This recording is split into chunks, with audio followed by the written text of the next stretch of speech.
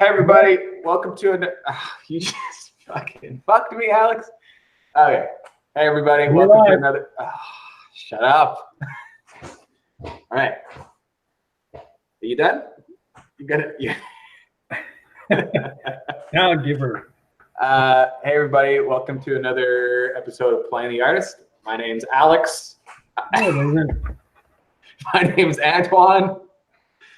I'm joined with my co-host, Alex Kolakowski. Alex, you know what we're talking about today. Give him the scoop. Yeah. Well, before I want to add a question for you, man. When are you going to be done your damn Kickstarter? It feels like it's been forever. Jesus Christ! It's only been a month. Feels like it's been. But when are you going to be done, though? I have no idea. Actually, I came to a conclusion on that whole topic. So I'm getting really burnt out, and I feel like I'm like rushing it now. Like I feel like I'm spending too much time on it, and I feel like I'm rushing it, and the quality of my work is diminishing. So I was just like, fuck, this is stupid. What am I doing? Like, I'm not, I'm not staying focused. I'm not putting my best foot forward. And I figured I'm going to change the plan a bit. And what I'm going to do is I'm going to archive, make some more models, and I'm going to start a website. And then a Kickstarter right after the website. Sorry, not a Kickstarter, a Patreon. And then we're going to take a break to do some of that other shit you need to do. Yeah. That isn't necessarily modeling for the thing. No, there's still some modeling that has to happen. Some different modeling. Okay, you're going to keep going. Okay. Yeah. That's awesome. I think that's a great idea. Take a break. There's lots to do. There's lots you got to get prepared for. Yeah, but the thing is, like, I need the website. Like, the website's probably like the most important thing, because that's where like the models will be archived and can be purchased at any time. And then the Patreon's a pretty big one too. And so I just think, like, if I can, start this, make a website and kind of start the Patreon and, get, a little bit of support there. And then at the same time, making Patreon posts. Cause like when I make the Patreon posts for like the pledges and for like the rewards and stuff like that, like those models will still get archived. And so that means it'll feed into the website, which is great. And then if I feel like, oh, I'm kind of burnt out and I don't really want to do I don't want to do more stuff to Patreon, then I'm like, oh, I'll work on the Kickstarter, right? Mm-hmm. Kind of do that. It's going to have a flow. It's going to be like a waterfall effect, whereby the bottom lagoon of the waterfall is going to be your website, and then from there you have the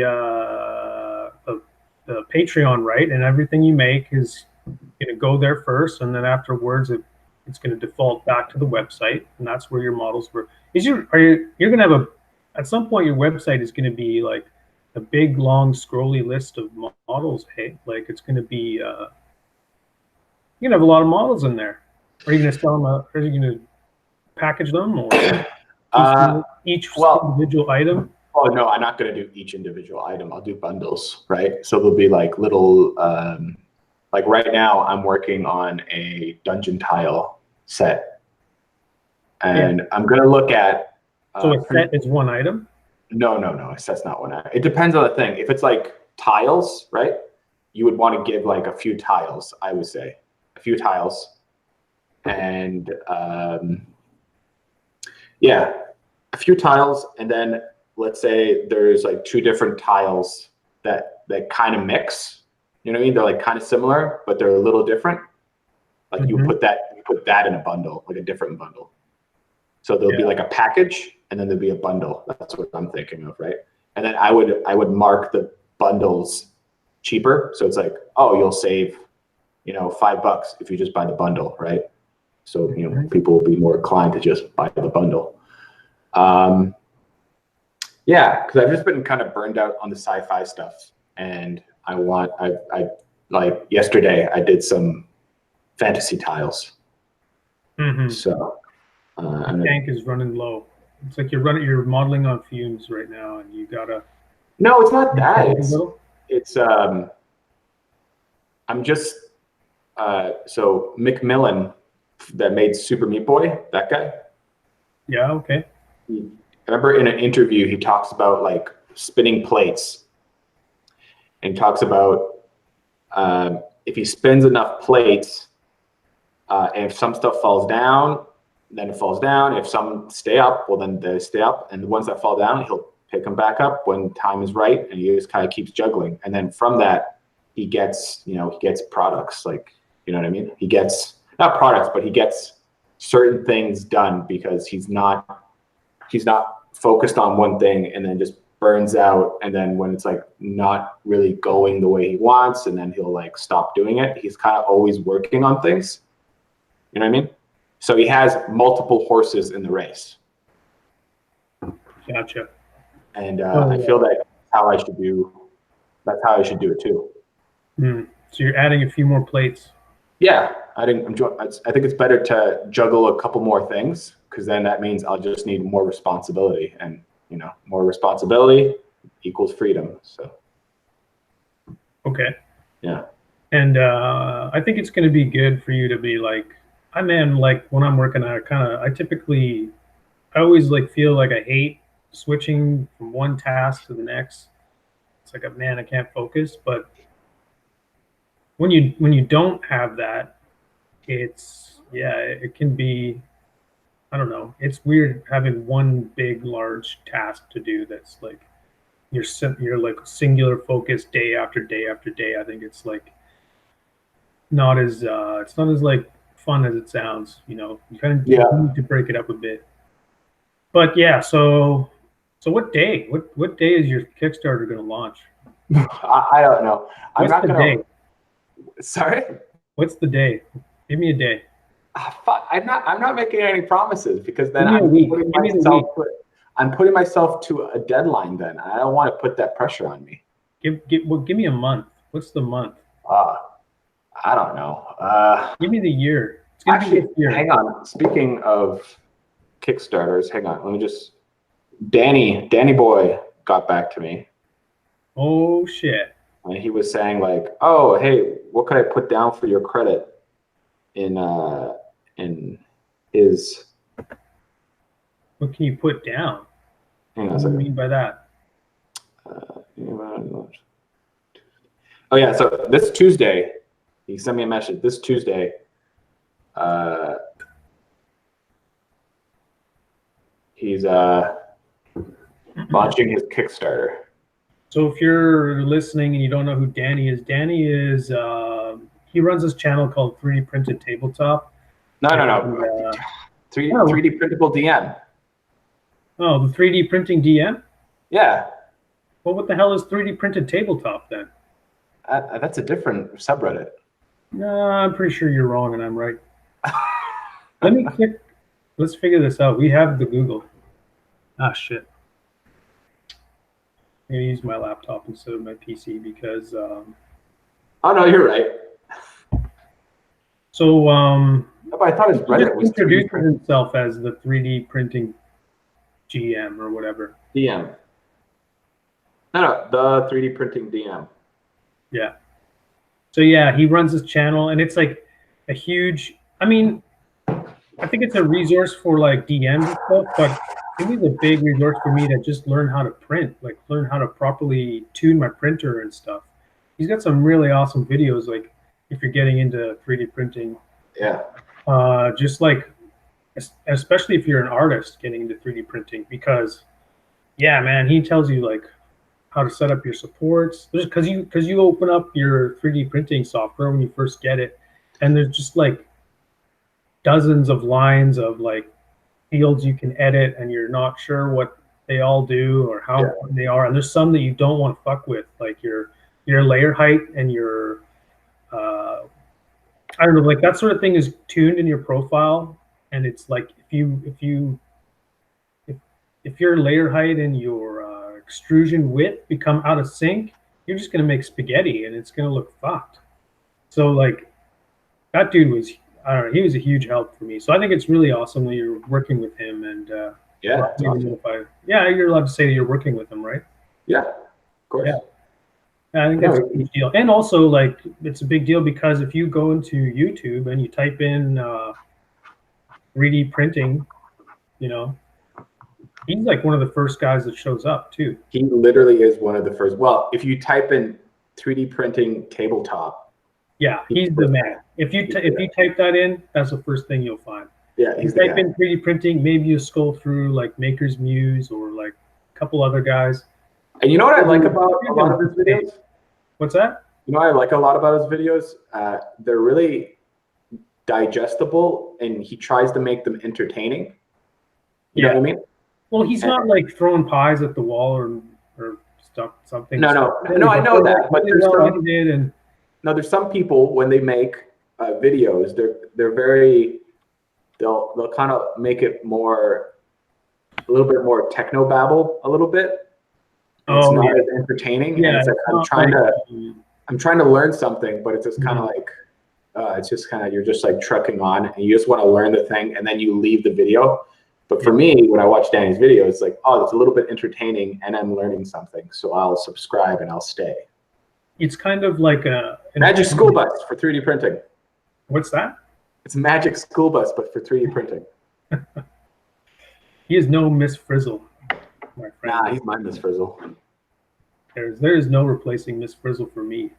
Did you have a crush on Miss Frizzle when you were young? We're not talking about Miss Frizzle right now. Oh, okay, me either. Anyways, we were supposed to talk about portfolios. Yeah, I know, but I really wanted to see if I get a date out of you for this Kickstarter. That was one of my main side quests. Not a main quest, but a side quest for this episode. Well, okay, give me a month. Shut up. Just. I think if you give me a month, I can. Oh my God! Can I get a word in, please? Just let me get a word in. Let me explain to you. I don't want to put myself with that kind of pressure. I don't really need to. I can, like, I don't need this Kickstarter to be the end all or be all of me. I just need to make enough stuff. I just need to make enough stuff so that I have something to show and offer for a Kickstarter, right? And if that happens in a month from now, that's great. If that happens in 3 months from now, that's great too. But since I decided that I'm going to make a website and start a Patreon, well, that's like I said, like that's another thing I can focus on simultaneously doing this Kickstarter. Because like the website is probably more important than the actual Kickstarter, and the Patreon as well is actually more important to all of that too. Because the Kickstarter is like a one and done kind of thing, right? Mm-hmm.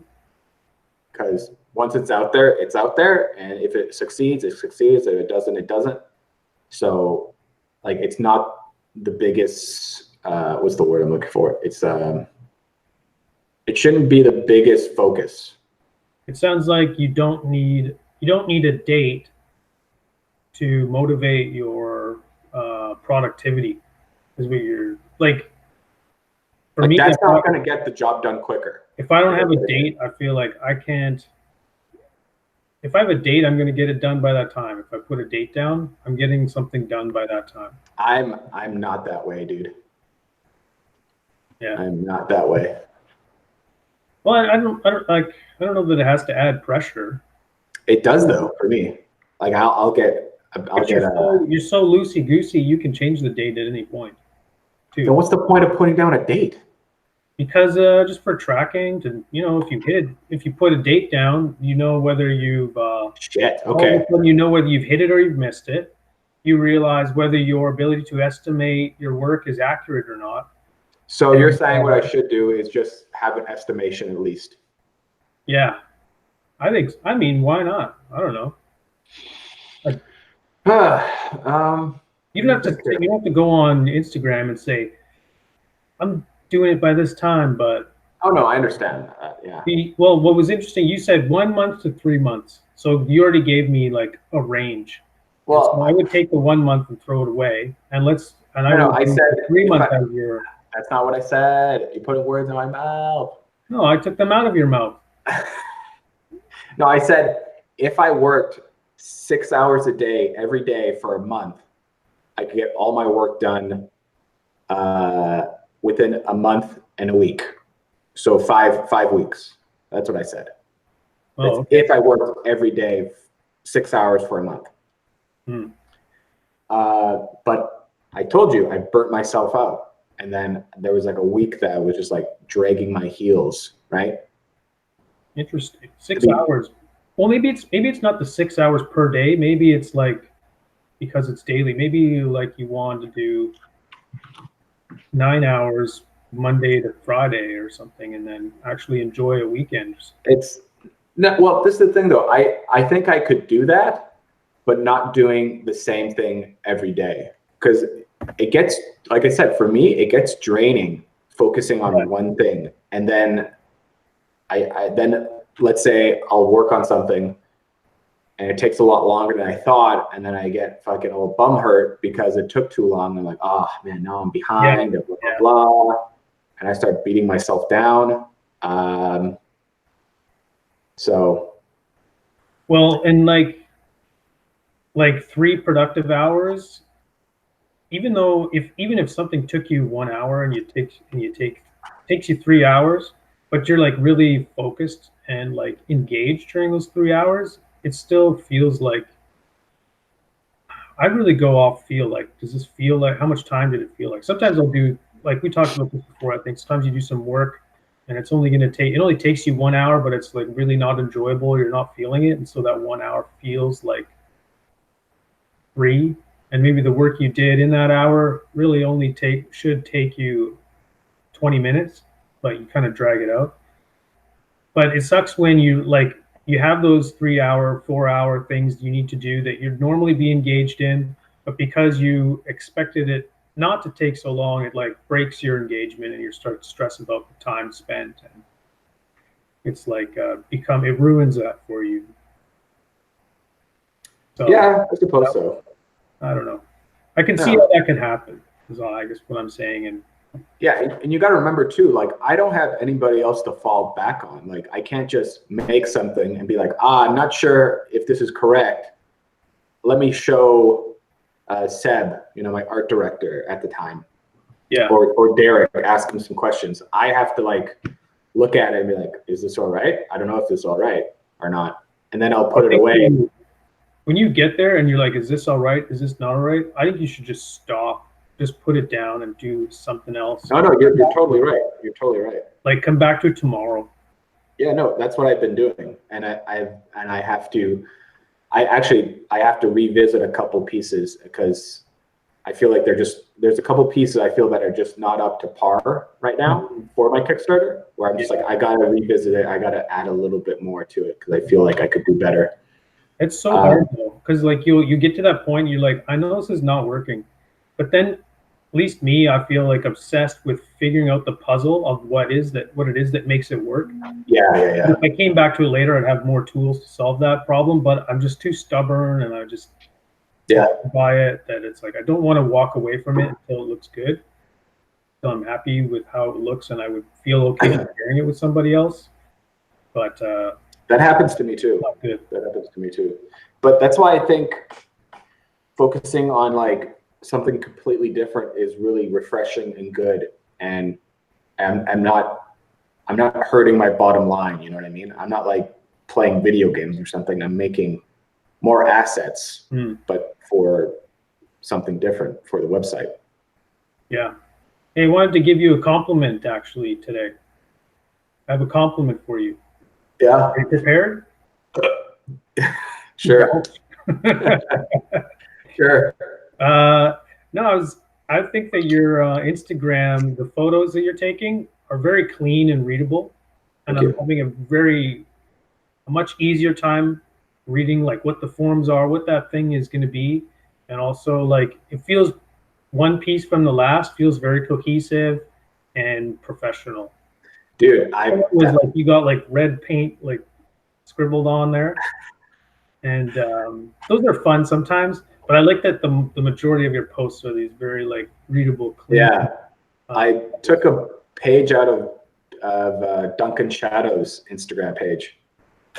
Oh, is that what he's doing? I didn't. When he posts really clean, really simple, very consistent. And Mr. Pete and Sam there, they talk about that too, where it's like you got to be consistent, and you got to be like, because it's kind of like an Instagram page. You could still treat it like kind of like a YouTube channel, right? If you're making a YouTube channel and you're kind of mixing things up all the time and you're making things a little different, well, then people won't really want to follow you because it's not consistent. It's just like they don't know what it is, right? So what I'm trying to do is I'm trying to be more consistent so people are understanding like, oh, this is what he does and this is what he shows and this is what I'll expect to get from it. But yeah, once in a while you'll throw a little like wrench in there. I think there's nothing wrong with that. But yeah, but for like 80% of the time, you should have like a certain, I don't know. And but the thing is, I'm still kind of messing around with the post. Like I change up the color a bit and I'll change the material up a bit. You know what I mean? Mm-hmm. Just to, give it a little bit of variety. Yeah. But like the filtering is still pretty similar. And I always have my little logo in the corner. But yeah, thank you. That's very kind. Well, you're welcome. Hey, yeah, and you're doing a good job of staying consistent. I've been struggling with, especially since I've been working on this character that takes, characters take a long time to sculpt, right? Like they can take like anywhere from 20 to 80 hours to sculpt a character properly. I would say of like sit down work time. So finding how do you post consistently when you're doing that in your spare time and you're making progress every day, but it's like not always like shareable, like no, I know what you mean. Progress. I think it's more beneficial because that Duncan Shadow, he doesn't post that often, but when he does, it's consistent. Yeah. So like I have a PSD page, and the PSD page has my logo in the corner and has the certain type of background color, a gray background color that I want, and then it has a vignette, a certain vignette around it, and I kept it like that. So that's the initial feeling of the consistency. And then I do a little bit of editing when it comes to the actual model, when it comes to the color a bit. And then also on all my models, I put a very slight white outline that has a Gaussian blur, has a blur on it. Very, very faint. So like the only thing I kind of change up is like the material and the color. Like that's what I get to play with. But the white blurry line around it that's faded, and then the vignette, the color background, and then the logo stay the same. None of that stuff changes. So like that's like the base, and then a little bit of tweaks with the shadering.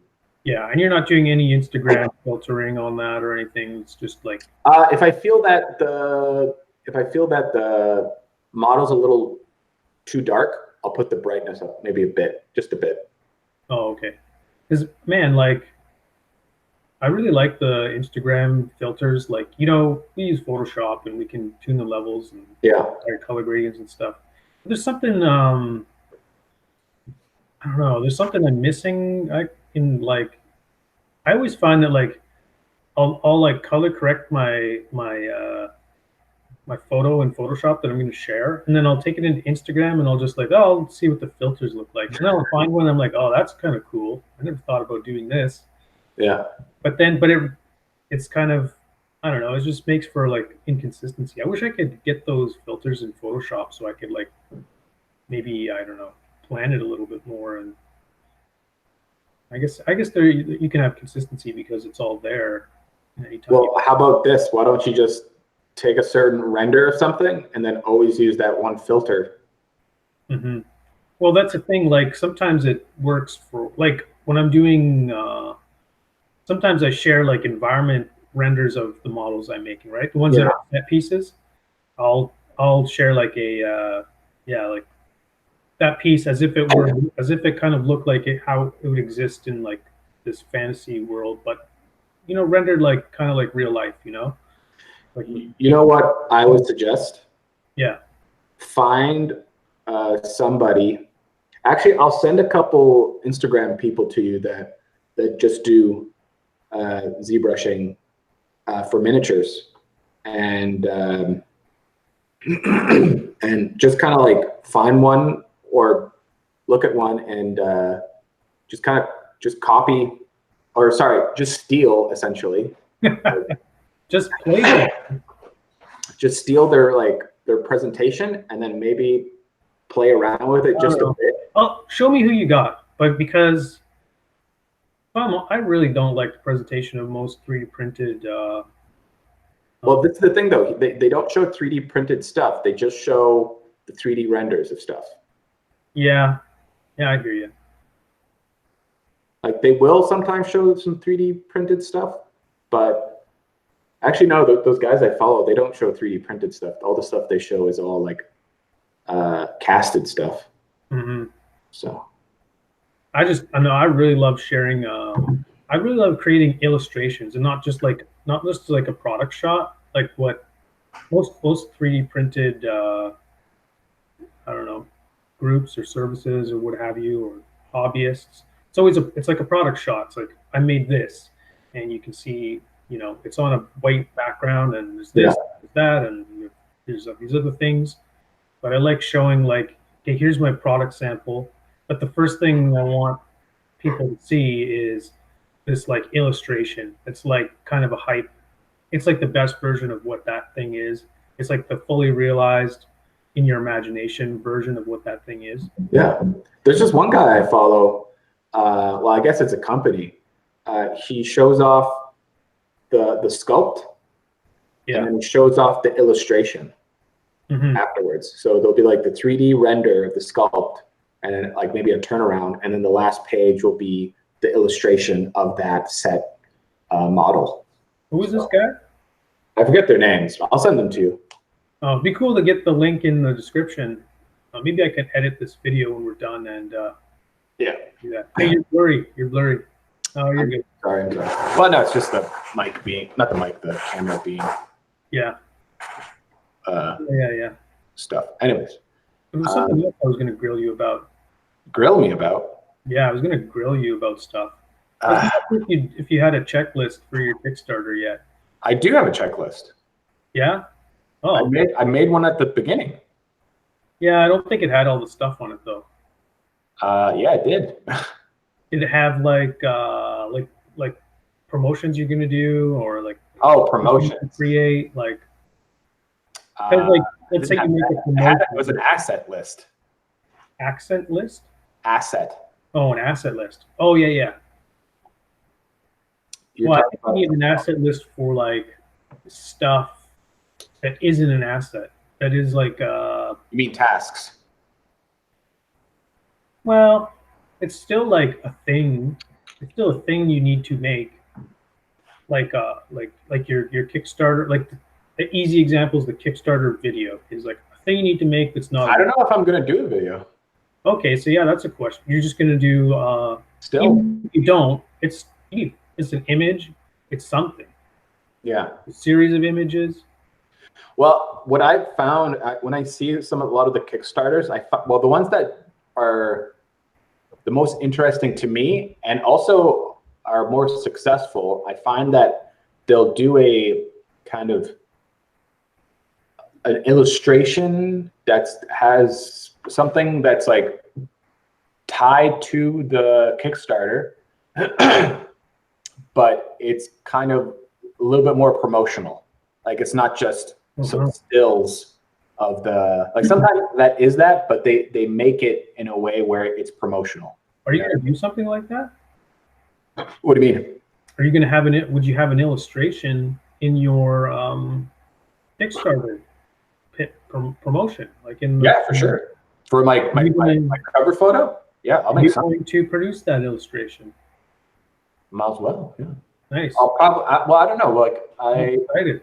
I think what I would probably do is I would probably make a 3D render of like all my pieces together, like in a scene, kind of, you know what I mean? Yeah. And then I'll probably do kind of like maybe a slight paint over, and then maybe like an emblem, and then a name for the Kickstarter. You know, like a little cool emblem thing that looks like a military emblem, because like the theme is industrial, military, mining kind of thing, right? Yeah. So something like that, and then a name for the Kickstarter. I don't want it to just be like sci-fi terrain. It's just like, you know, like, you know what? Yeah, like, yeah, I agree.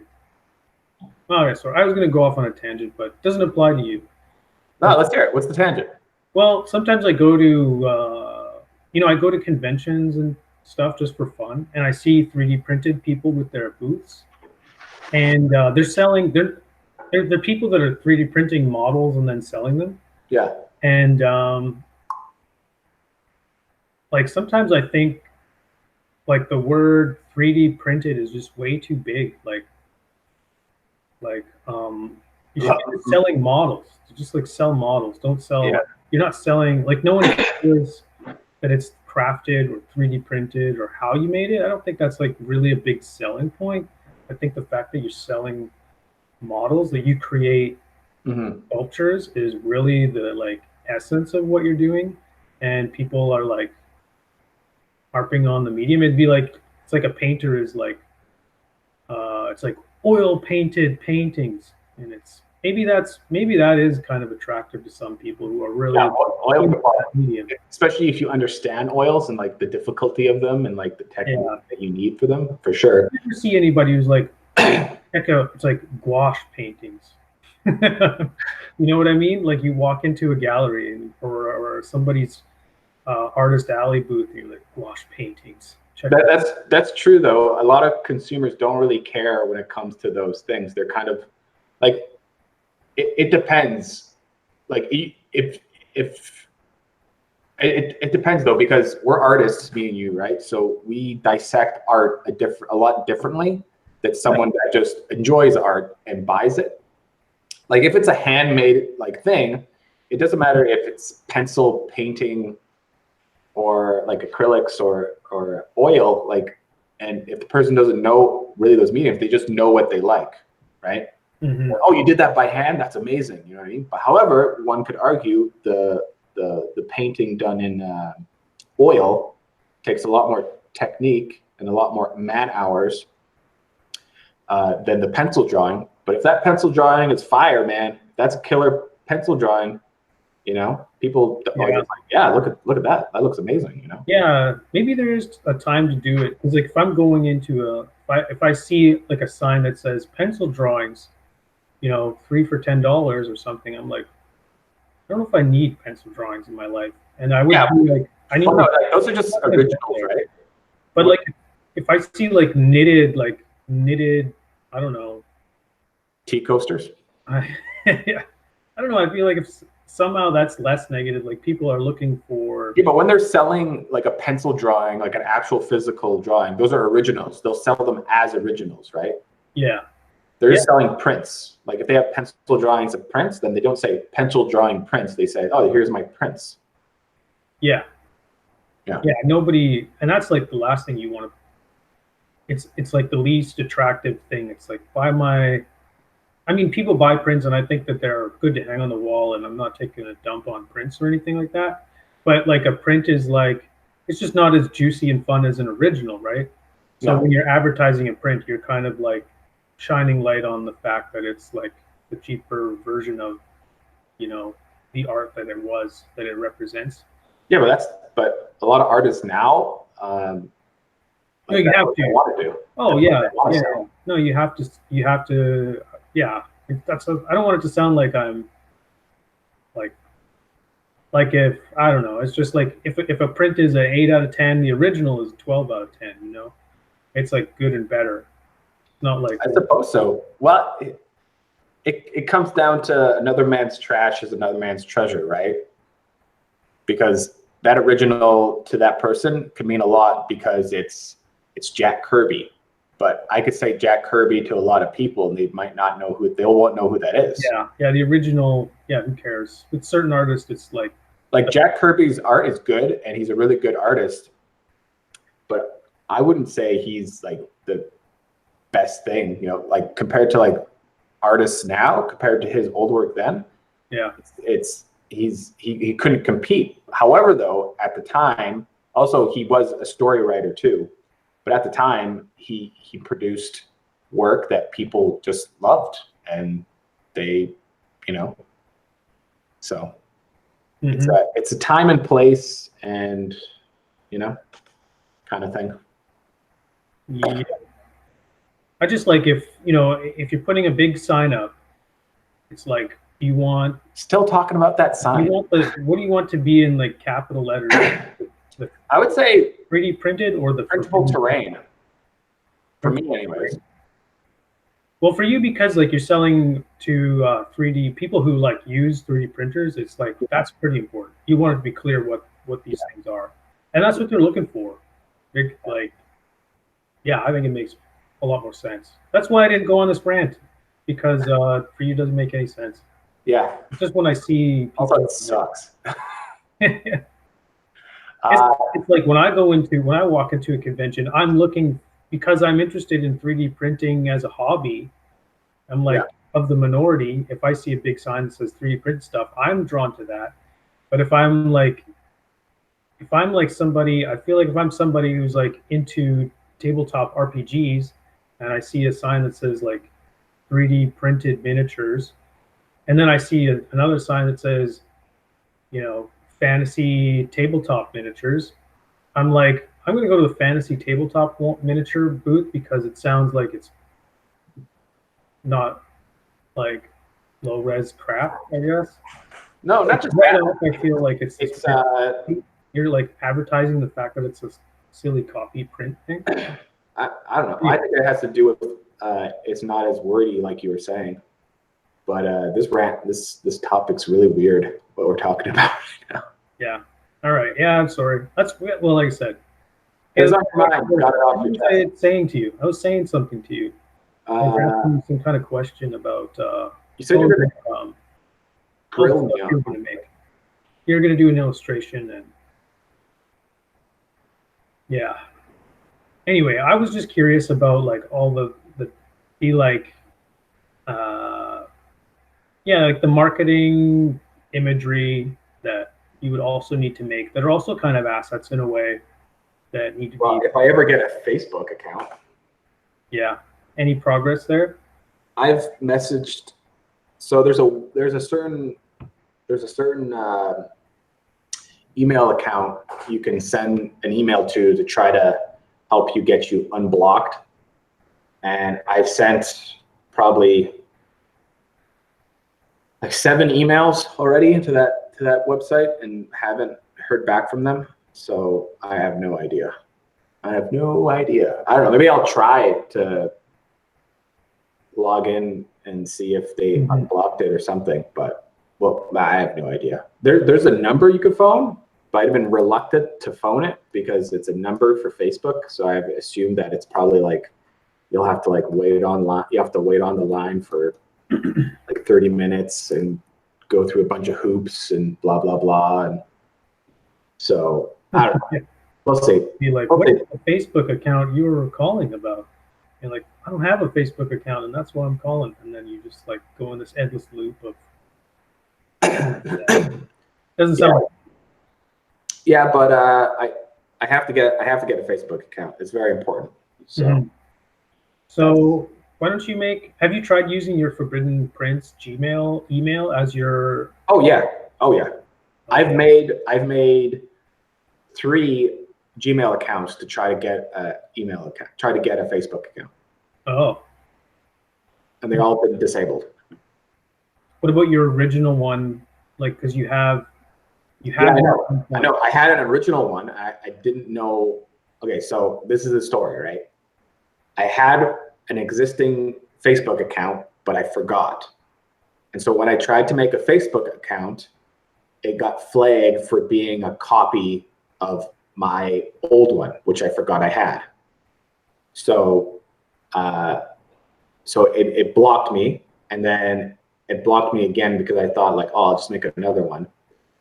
And then it blocked me again. I was like, well, I'll just make an alter ego and I won't use my real name or my real birth date. And everything was working fine. But the moment I made an actual page and I made my actual Forbidden Prince page and I used my Forbidden Prince email, I think that's when it like flagged it. Like, oh no, this is a copy of something or something. There's some shenanigans or whatever. And I was like, shit. And then I was like, and then I found out I had an old existing Facebook account. I was like, oh, this is great. I could just use that one, right? And then but that's disabled at the moment because of me making those other accounts. But I can't get this old account back because I have no pictures of myself and I have no friends on that account. So it's an empty shell that has my name attached to it and my email address. And also now my number is blocked as well. So I can't use my number with Facebook anymore. So you have to call them. I think yeah, I'll probably have to do. I don't fucking know. I'll have to call them, which is stupid. I don't want to phone them. What's interesting is like you have an Instagram account which is like owned by Facebook and they don't have that. Yeah. I know. Yeah. I even put that in my message I sent to this email address. I said like, hey, I have an existing Instagram account. Like this is the Instagram account and stuff. And, yeah. I don't know. Okay, so do you have any advice for people making their portfolio? Dude, we got only like 20 minutes left. We were supposed to talk about portfolios. You're like, no, we're doing this now, and you threw us off the whole thing. We'll talk about portfolios next week. All right. 3D portfolios. We'll talk about 3D modeling portfolios. I figured it'd be good because you're a character artist and I'm an environment artist. Well, that's what we've done, right? Mm-hmm. And I just think it'd be interesting to tell people about our experiences getting jobs in the industry with our portfolios. So that's why I'm going to talk about it. But we're going to save that for next week. Yeah. Okay. But no. Oh, hey, compliment for you. That model you've been working on looks very super cool. I'm really excited about it. Well, thanks. You the sorcerer one. I don't know what I'm going to call it yet, but the sorcerer. Is it going to be like kind of like a water sorcerer or something? No. I just like made him green, and I just kind of gave him that filter just because I just like the way the details showed up in that material. Because his scepter, his spear, kind of looks like a trident almost. Oh yeah. No, you're right. You know what I mean? And also he has like these I'm trying to remember. He has these designs, these like patterns. Yeah. And also the filtering gave me like this coral feeling. Yeah. You know what I mean? No, you're right. He is kind of because he's got like those kind of wavy designs to his armor. Yeah. I almost like inadvertently created a underwater like Power Ranger. Power Ranger. Bad guy. A Power Ranger bad guy. Yeah. It's all elaborate looking. No, he's gonna be like that stuff is supposed to be like molten gold. Like he kind of like he's got a lot of gold and he's melting it into armor and stuff.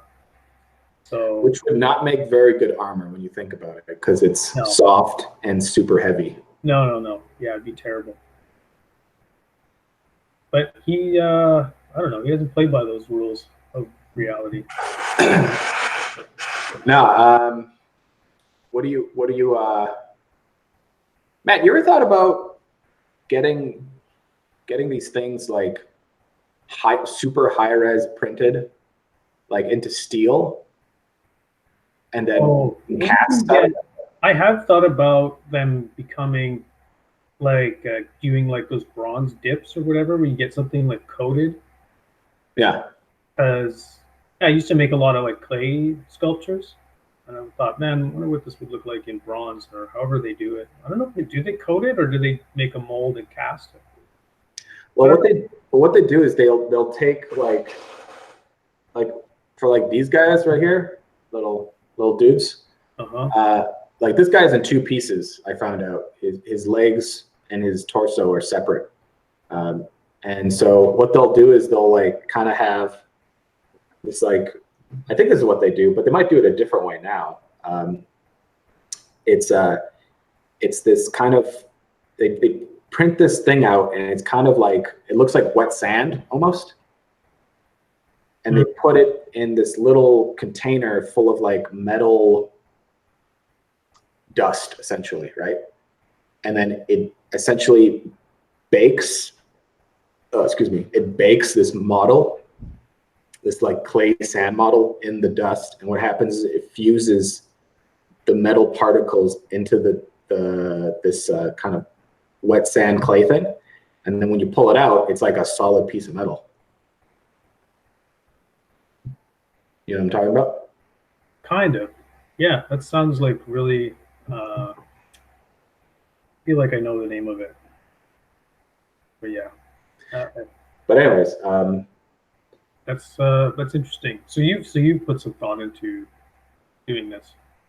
oh yeah. I also came across it when I was a young lad on the History Channel of somebody like they're like, oh, this is how you make like metal ornaments. This is how they make metal ornaments, and it's just like, oh, that's crazy.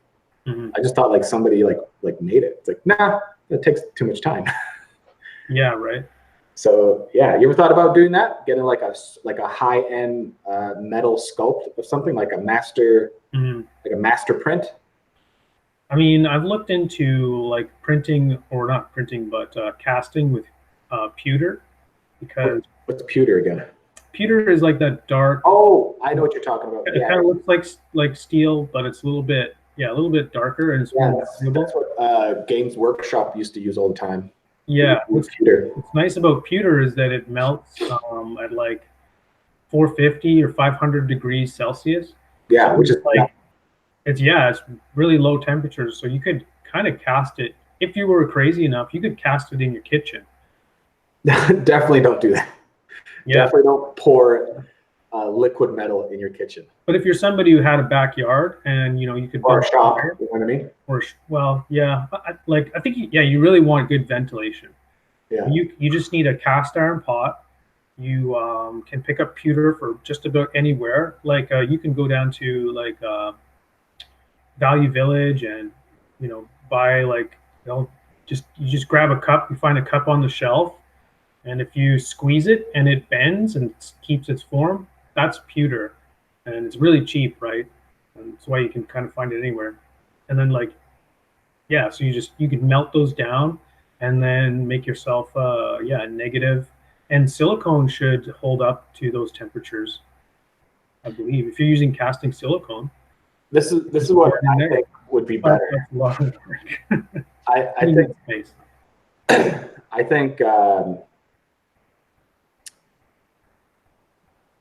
think it'd be better to get pour the money into a master print. Like hire a service to do it for you, you mean? Yeah. And then from that, you can make as many molds as necessary. I think so too. Yeah. Let's say you instead of doing a 3D printed, Kickstarter, you wanted to offer like physical, I don't know. Yeah, but I think the workflow is like you described. You make the model, you get like a really dope print of it made. Mm-hmm. Or if it's a model, you got to print it. You got to pay for the resin print. Get a really dope resin print. So you have this one singular. Oh, no, you get like an original. No, you get steel instead, man. Yeah, I guess steel would hold, but I think you might be better off to have the detailed print, because I don't know if you're gonna get. Are you gonna get the detail out of steel? Oh, most definitely. Yeah. Okay. Because I feel like steel is more of like a casting thing than like a printing thing. No. Did you not just hear what I just said? No, that's what. No, I did hear you're talking about the powder and this. Yeah, it's steel when it comes out. I know, but what I'm saying is you're starting from. Oh, okay. You're not starting from 3D file to get that. Yeah, you are. You need a. So you're printing. So you print in. Yeah, they print this. They print the model out in this weird like. So it's like a type of filament, or not filament, or is it filament? I think it's like a resin type thing. I'm not entirely sure, but yeah. Well, I don't know, man. Like, because like I know you can, like, I don't know. Fuck, what do I know? I'm just making up shit. Or you send an original print to a like a company that, casts in mass. Yeah. Well, you want hundreds of copies. Shapeways. Send them the highest resolution file you can. Shapeways does steel. Yeah, but when you go onto Shapeways, it's it tells you like the quality isn't as high as a different material. Oh, really? Because everybody's printing for different reasons, right? Like some people are printing just to because they want a little metal plate for some fabrication. Oh, okay. Some people like printing for strength and printing for detail are two different things, right? That's a good point. Yeah.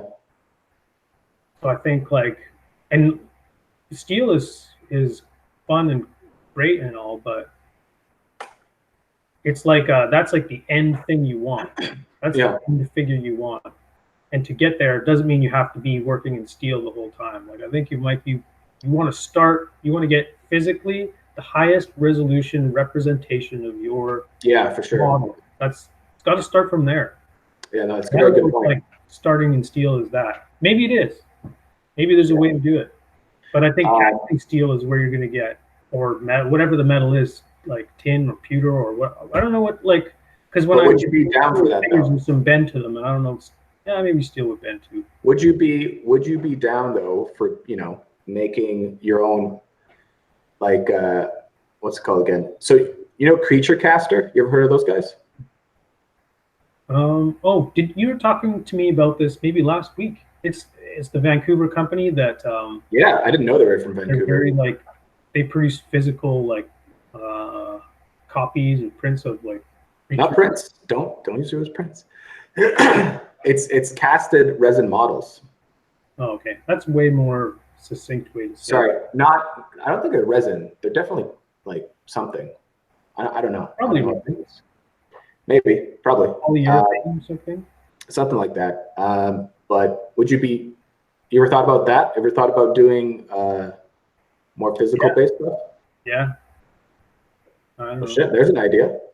Maybe an idea for a Kickstarter. We'll make some cool, a themed little bundle of characters. Like let's say 3 characters, and then a couple stretch goals for a couple more characters, and you make physical things.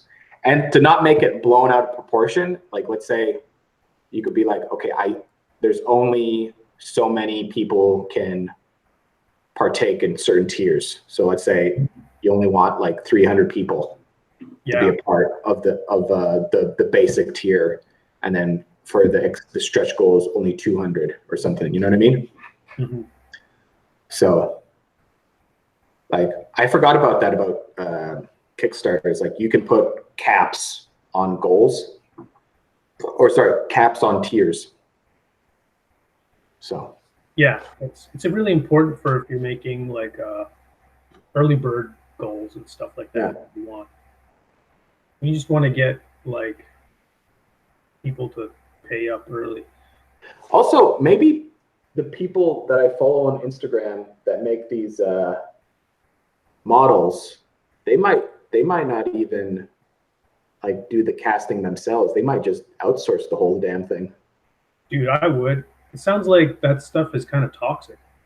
You don't have to, but I shared a story of a guy who it was his job to work with these resins and for I don't know if it was for VFX or what, but he was doing sculpting and resin casting and oh yeah, it's toxic. Getting cancer at a young age. Whoa, when was this? Was this like in the 50s? This is in the 2019s. Really? Dude, those And he wasn't like using masks or anything? I don't know, man. I think it's they every time, like when you look at resin printers and stuff, they like recommend well ventilated areas. I just Yeah. don't fuck around with that. Also, Like gloves and stuff. I don't have the space, and I don't have, man, my bathroom fan barely, keeps the steam off the walls. Like I don't know where I'm gonna do it. It's true. It's true. No, that's a very good point. What was I gonna say? Yeah, no. I think I'm happy to pay somebody else, like you were saying. Like I have no. Oh, If yeah. I were to go down that route, I think, and plus, like, if you maybe let's say your project takes off and like 500,000 people want it, you're not going to do that yourself. No, for sure. For sure. It's, I don't know. Like you said, starting small and building a rapport with somebody who does that.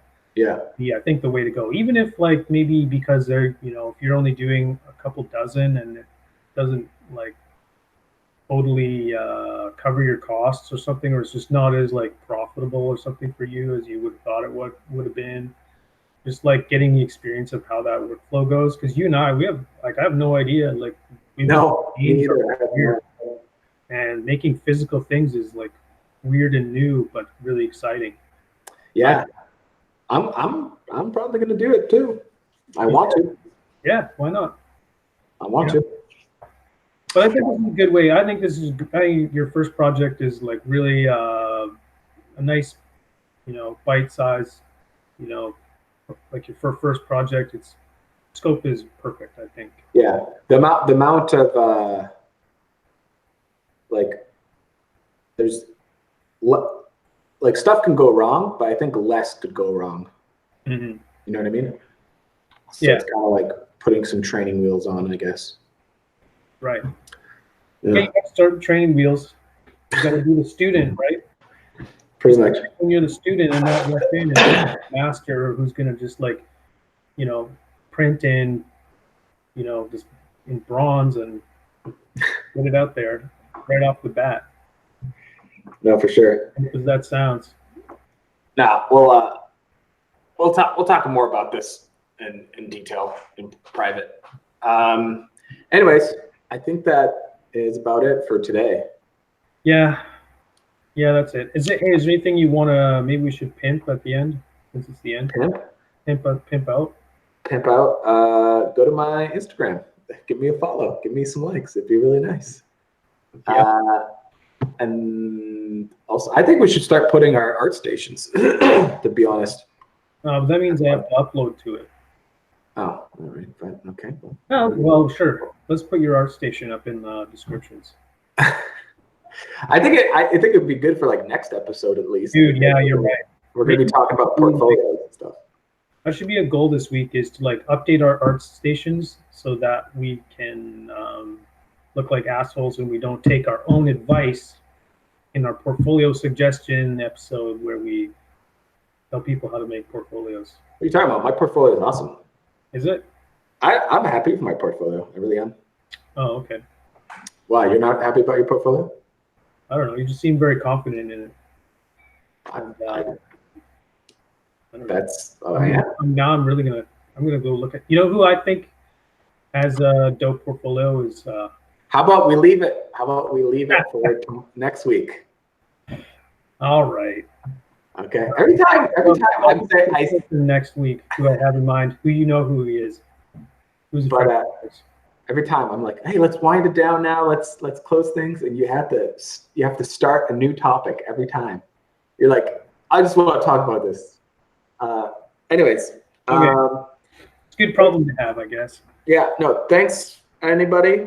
And thanks anybody that watches these. Thanks to anybody. Appreciate it. You should leave us a subscribe and a like. It would be much appreciated. You can follow us. You can follow me on my Instagrams, Forbidden Prince. Alex, where can we follow you? Tiger Skull RPG on Instagram, as well as Facebook. Yeah, you'll see an update once every week or so. All right. All right. I guess that's it. And do your work. Sit down and do the work. All right. Have a good day. See you, dude. See Later. you soon. Bye.